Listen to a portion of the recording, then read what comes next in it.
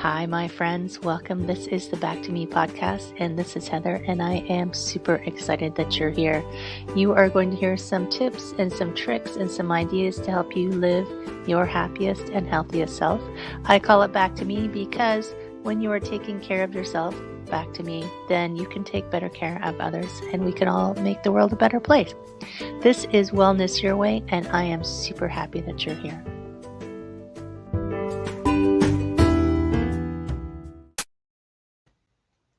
Hello, my friends. Welcome back to the Back to Me podcast.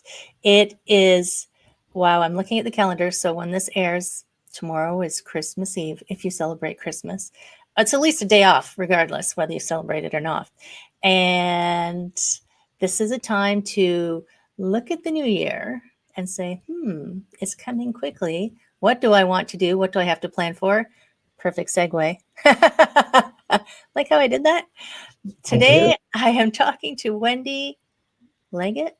Yeah. Well, I was going to go Leggett. I have been called Leger, which I think just gives me an extra little flair. Makes you sound French, very continental. And you are going to talk to us about, all the good things that are helpful for people who want to plan ahead.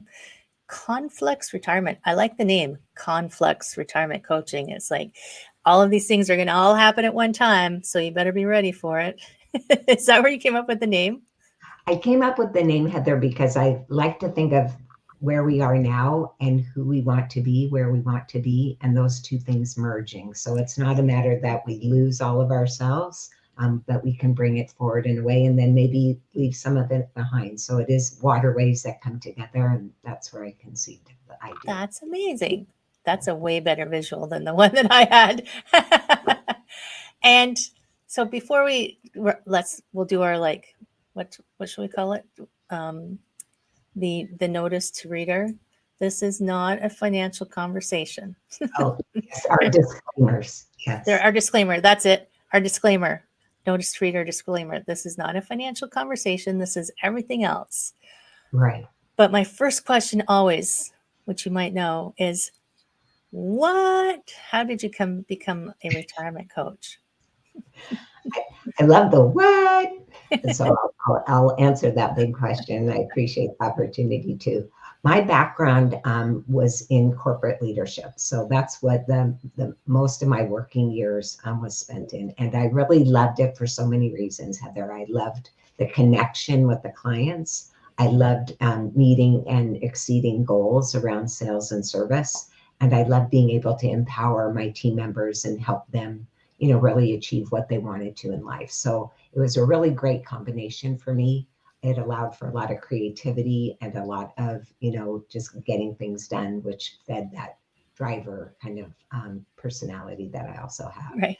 But in my last position, because I've been at a variety of different firms, from fashion to Fortune 50 to franchises. So in my last position as a director of a number of franchises, which I love the people I was working for. So dynamic, so creative, so wanting to always try things and elevate the client experience and our sales and our profitability.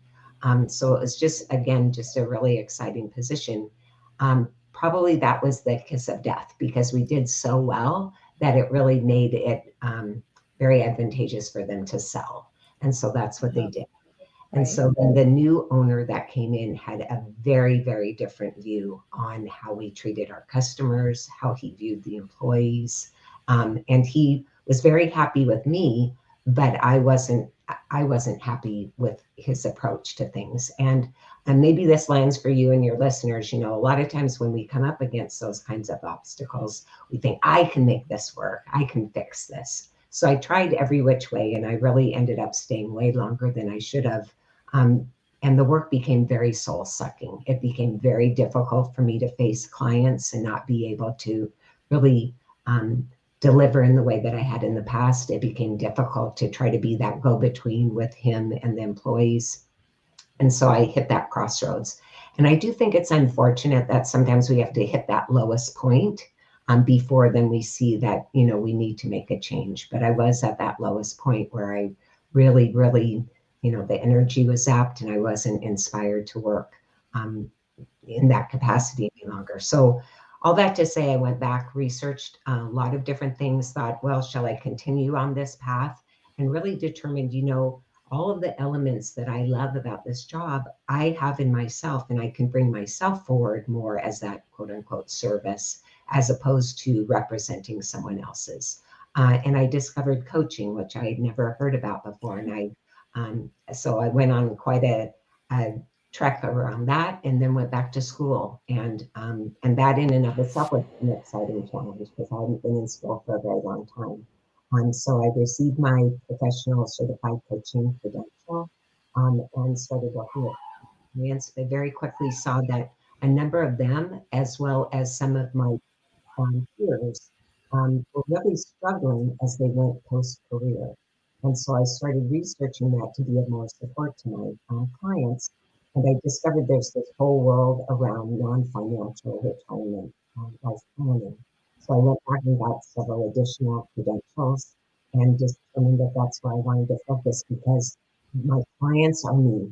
My clients are individuals that are wanting more in life, that are seeing that we achieve certain things, and there's things that we're capable of and want to contribute to. So that's the work that I do now, is helping people move from post-career into retirement in a way that feels satisfying and fulfilling, that can sidestep some of the concerns, because so many people feel afraid or feel stuck or procrastinate about what that next chapter could look like. So It's that's what so interesting.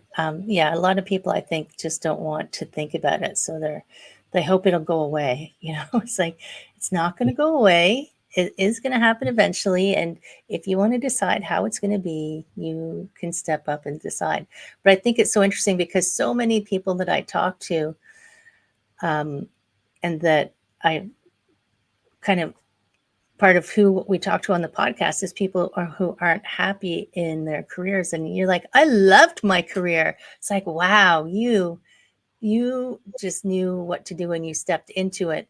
And then you recognized it was not the career, like the career was right, but the people were wrong. Right. So that's just yeah. so like, that's a really good realization to make. And I think people take note of that one in case you did love your job at one point.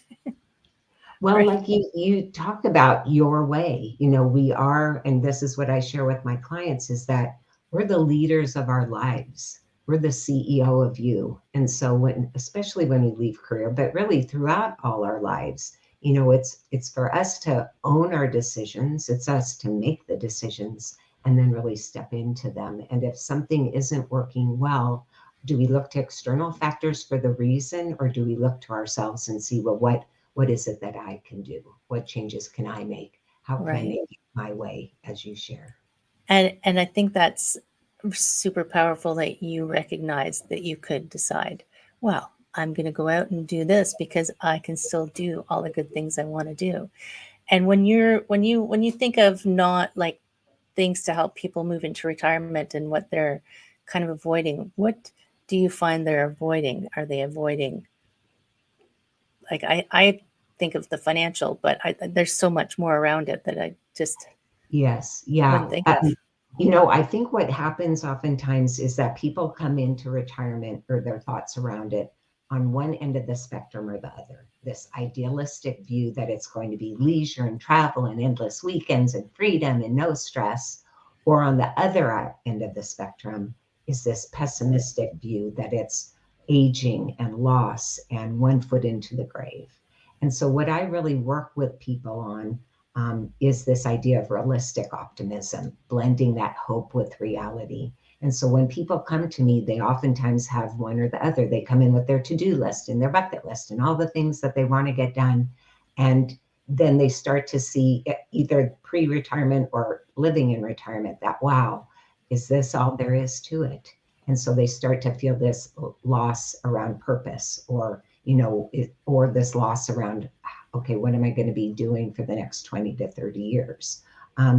Or they come in with this idea that I'm going to fail at retirement, or I'm so unsure, unclear about what it can look like for me, or I feel really stuck around it. And I think that's when that's really, really tough, because I think the majority of us think, wow, the retirement, is like that. So it's like what everybody wants to have. And so how on earth could it be anything but wonderful? You think about when you ask people, how's retirement? Generally, they're going to say it's great. Because if they said, I'm really struggling, we'd say, you're crazy. You're so lucky that you're not working. What could be so tough? But the reality is that 1 in 3 struggle in retirement.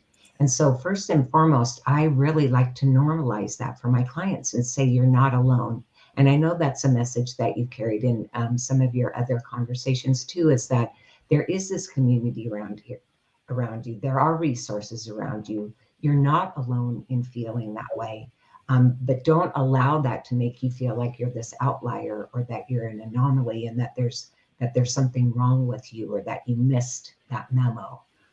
That's not the case. And that's where I'm really able, I think, to open that door of possibilities, and at the same time really uncover, okay, what's getting in the way? What are some of these emotions that you're feeling that need attention? Right. Yeah, I can imagine. So when I was in corporate and I was a CPA, there were people in the firm that I worked for that were going to die at their desk. And I think it's because they didn't know how to have a life outside of work. They hadn't allowed themselves that exploration, and they were probably afraid to retire because you can imagine, like, oh, people think either it's going to be an endless summer vacation, and at some point you're going to get bored with an endless summer vacation. As good as it sounds right now, at some point Yeah. you're going to get bored unless you have something that identifies you outside of your work life. I mean, it's interesting. My mom retired. She had no problem. She was home less when I phoned after retirement. I'd phone and my dad would say, no, she's out. I'm like, she's never home. She's retired. She's supposed to be hanging around. But I guess, do you find part of that struggle is that identification with their career? They don't know who they are outside of that. Yeah, no, that's a key area. There are several key areas that I really do go on a discovery and exploration with my clients, but identity is absolutely one of them, because there's this saying, if you are what you do, who are you when you don't?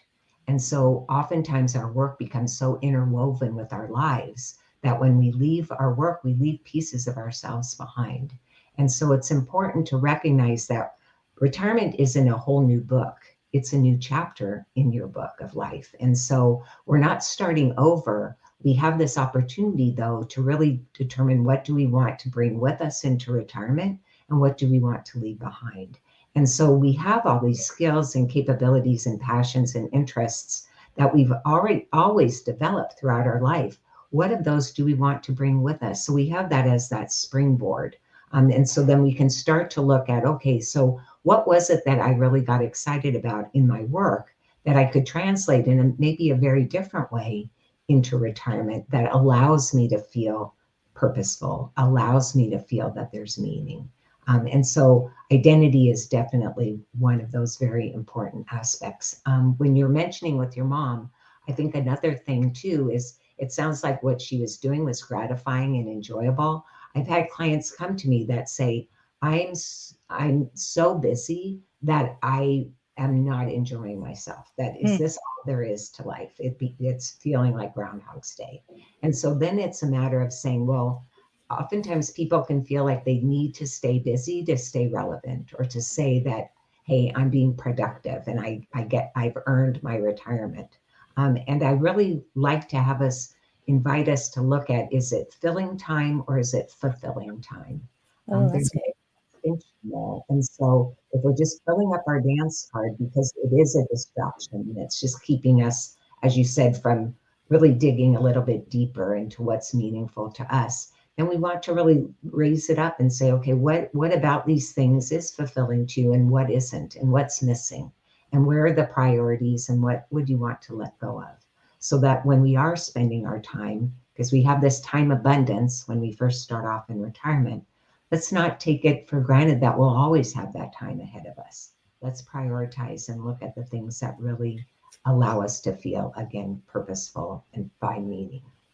Right. I had an interesting conversation with a client one day who was retired, and she did that same thing where she was busy, busy, busy, busy.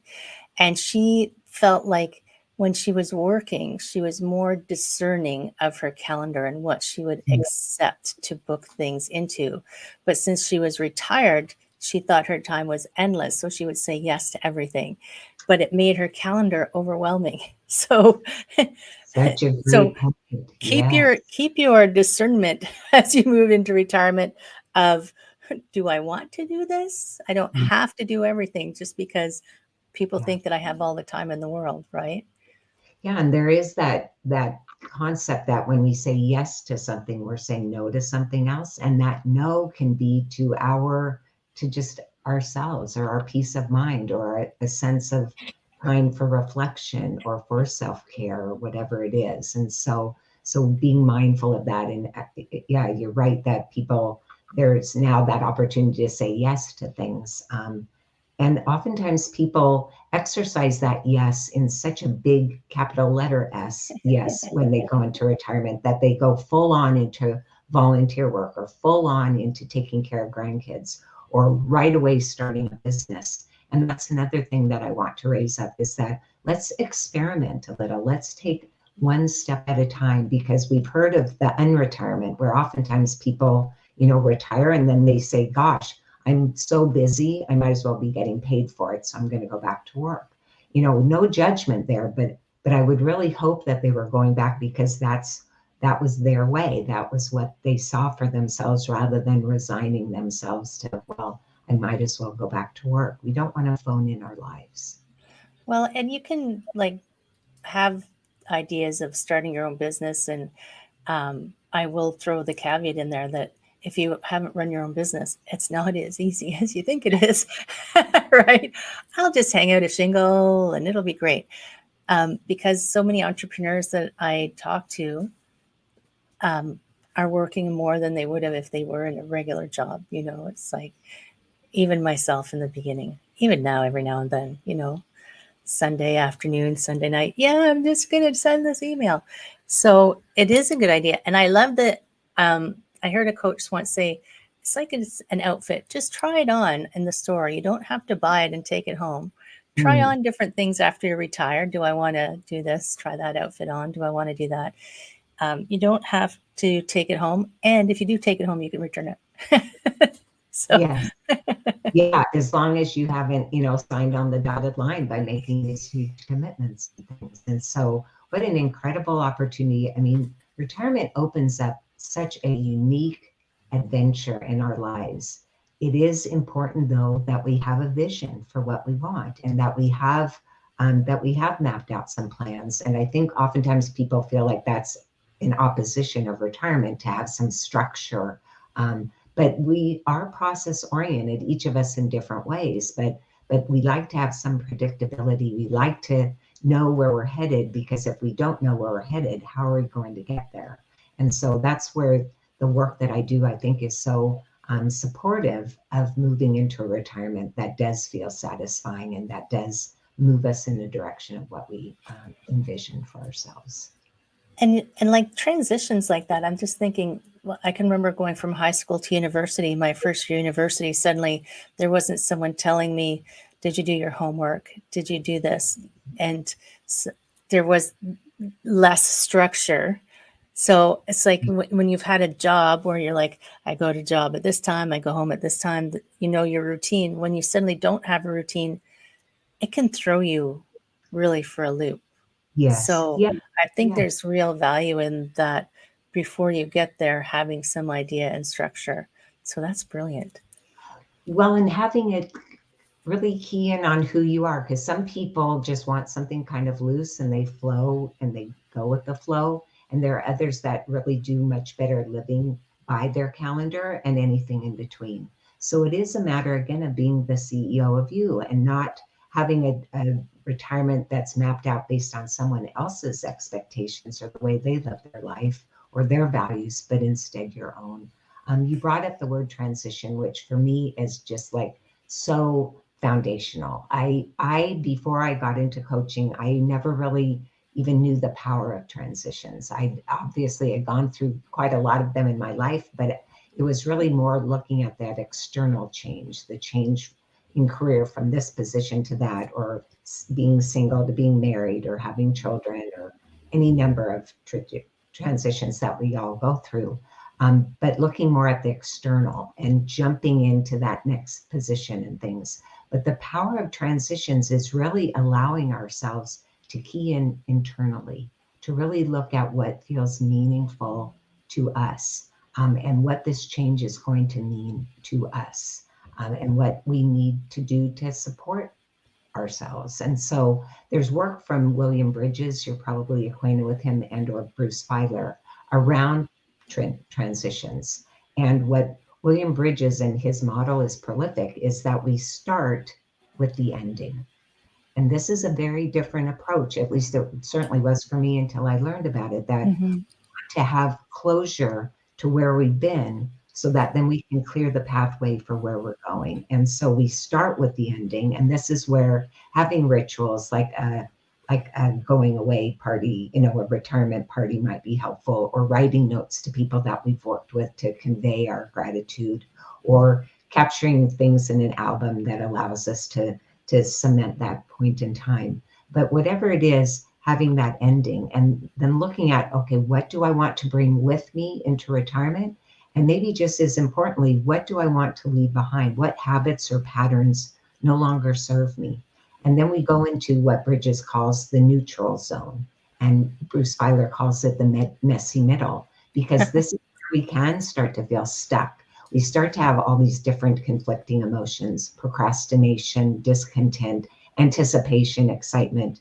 But when we have emotions that are coming up, that's a signal that, okay, this needs a little more attention. What's coming up for me?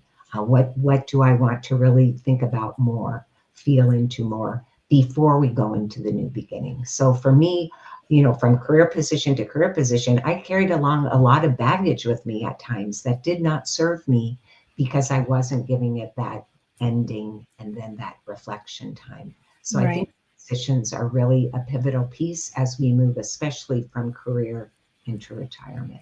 You're just reminding me, I did a podcast quite a while ago on transitions, and I can't remember exactly what I said, but it sounds familiar. But you reminded me of a client that I had for quite a while who was retiring and jumping into, as I was coaching more coaches at the time, she was jumping into coaching, but she hadn't really,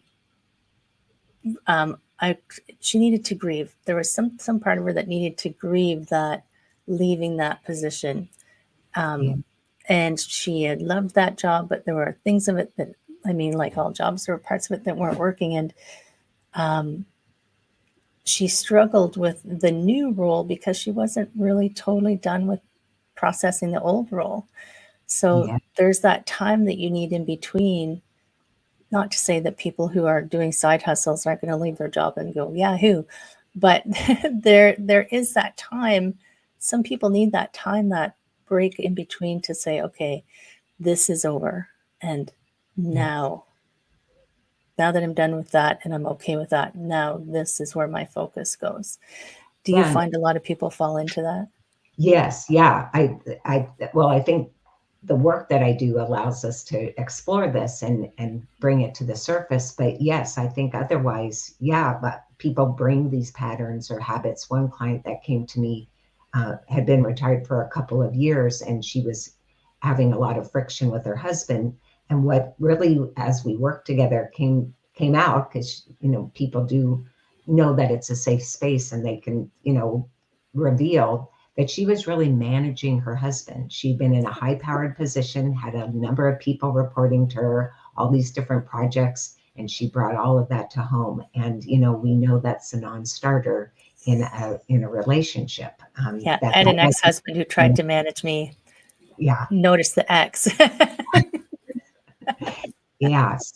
So I think that's it is important. And yet, if we don't really even recognize this concept of transitions, which again, I did not know about until I wrote a paper about it and started exploring it, then we can really step over all of that and bring all of this stuff with us that really won't serve us in retirement, or won't allow us to really be open to new pathways and new areas of growth and things. And I think sometimes you don't even recognize the things that your patterns until someone can help you.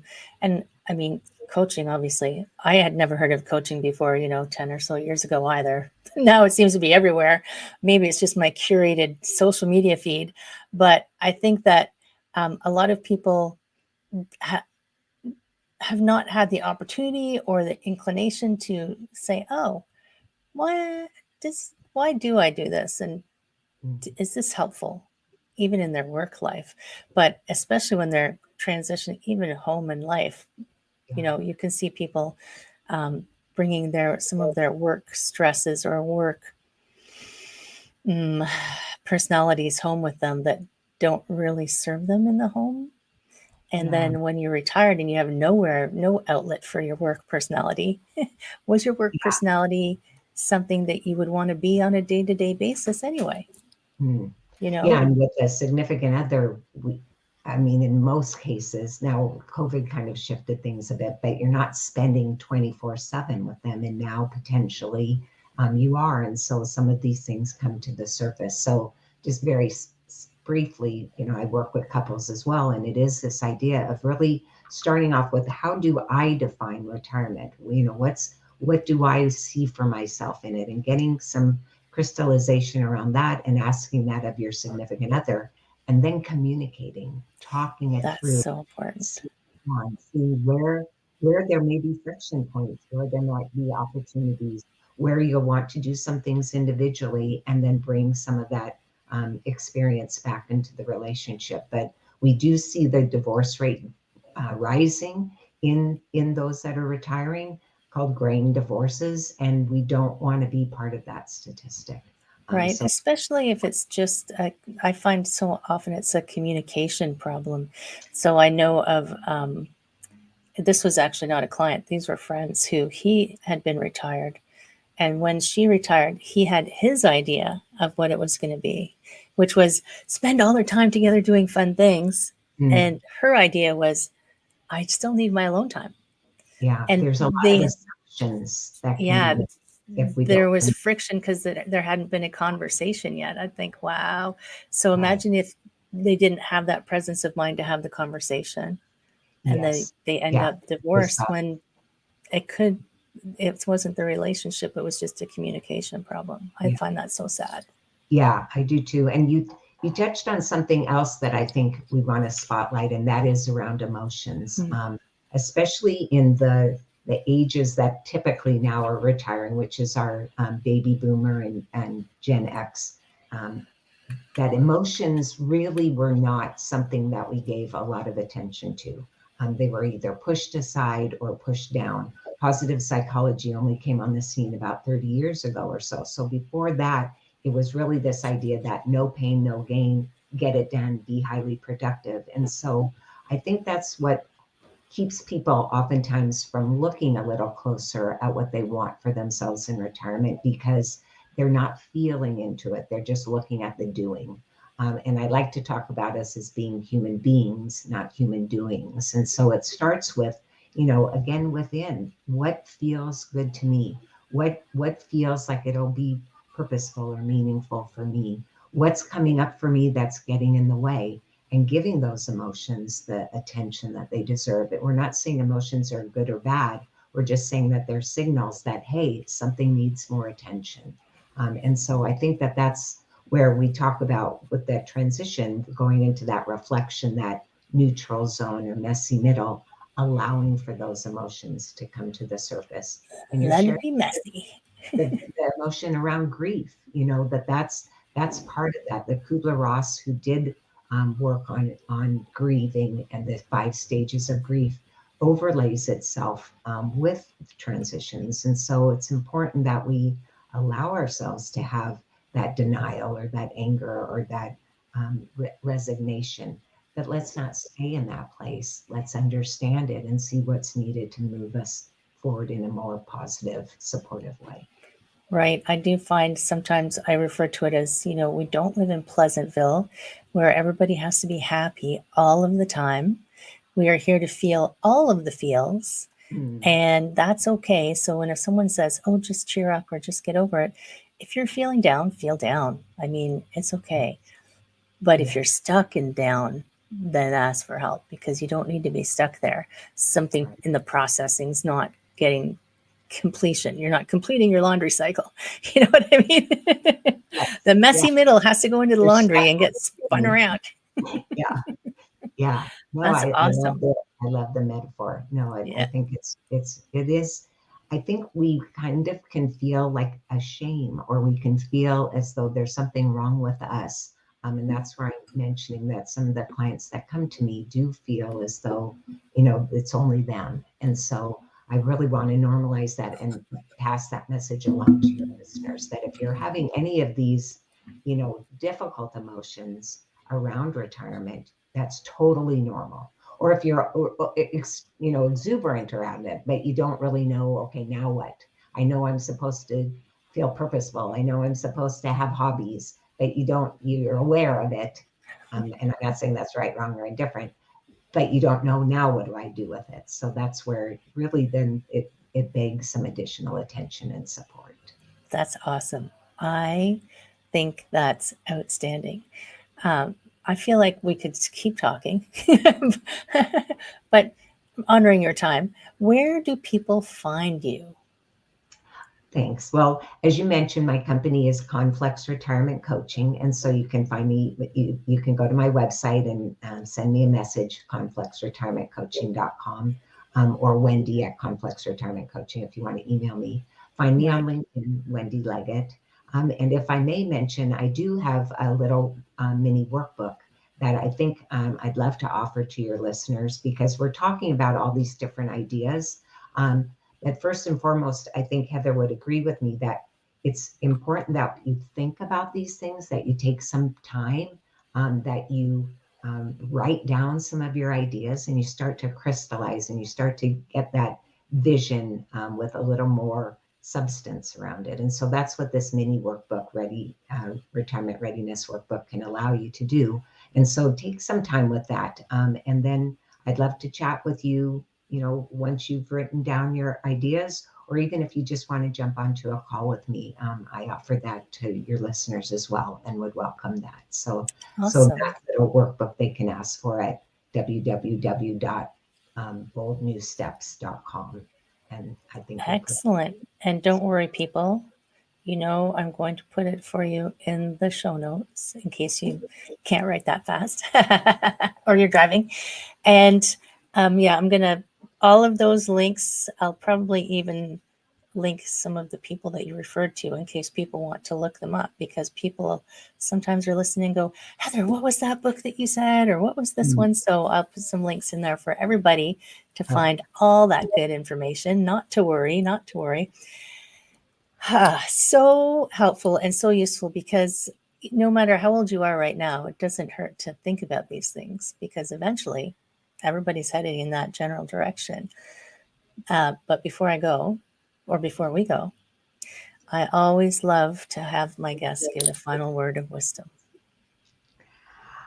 I like to really impart that it's a retirement by your design, not default.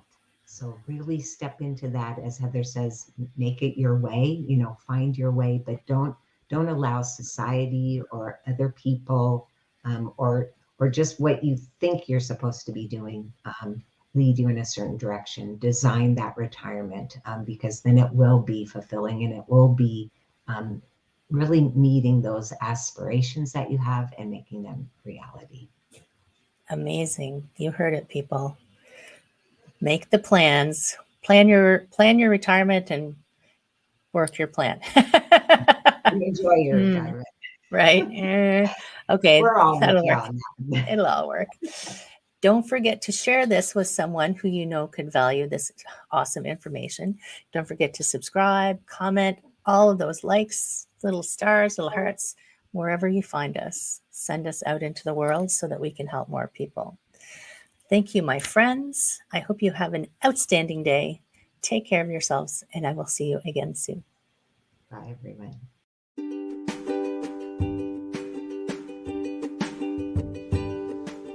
Hi, my friend. Thanks so much for listening to this entire podcast. If you found it useful and you're like me and you like helping others, please feel free to share this. Just give it a like, give it a comment. If you found something useful in it, there's a chance that someone else will find something useful as well. Also, if you have any questions at all, I can absolutely help, and I would love to help. You can email me at heather@prosperityflowcoaching.com. If you want more of this awesome content, you can follow me on Instagram, Heather Stewart Coaching. You can follow me on Facebook, Prosperity Flow Coaching. And I have a personal request. I want to help as many people as I can with these podcasts. And if you could give me a review, hopefully a good one, if you could share, if you could send this out into the world, I would truly appreciate it. I hope you have an amazing day, and I hope that you find your way to wellness by getting back to me. Take care, my friend.